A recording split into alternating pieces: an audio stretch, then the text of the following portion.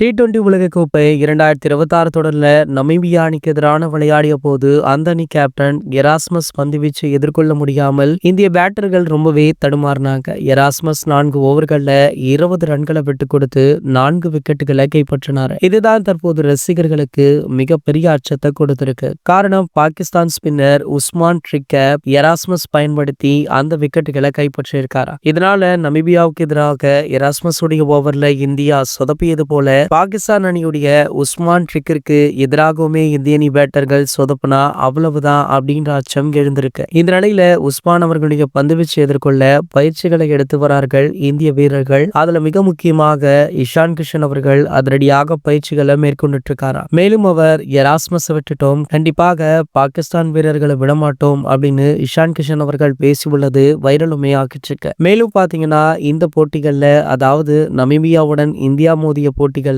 அபிஷேக் சர்மா விளையாடல. அவருக்கு பதிலாக சஞ்சு சாம்சன் விளையாடினாரு.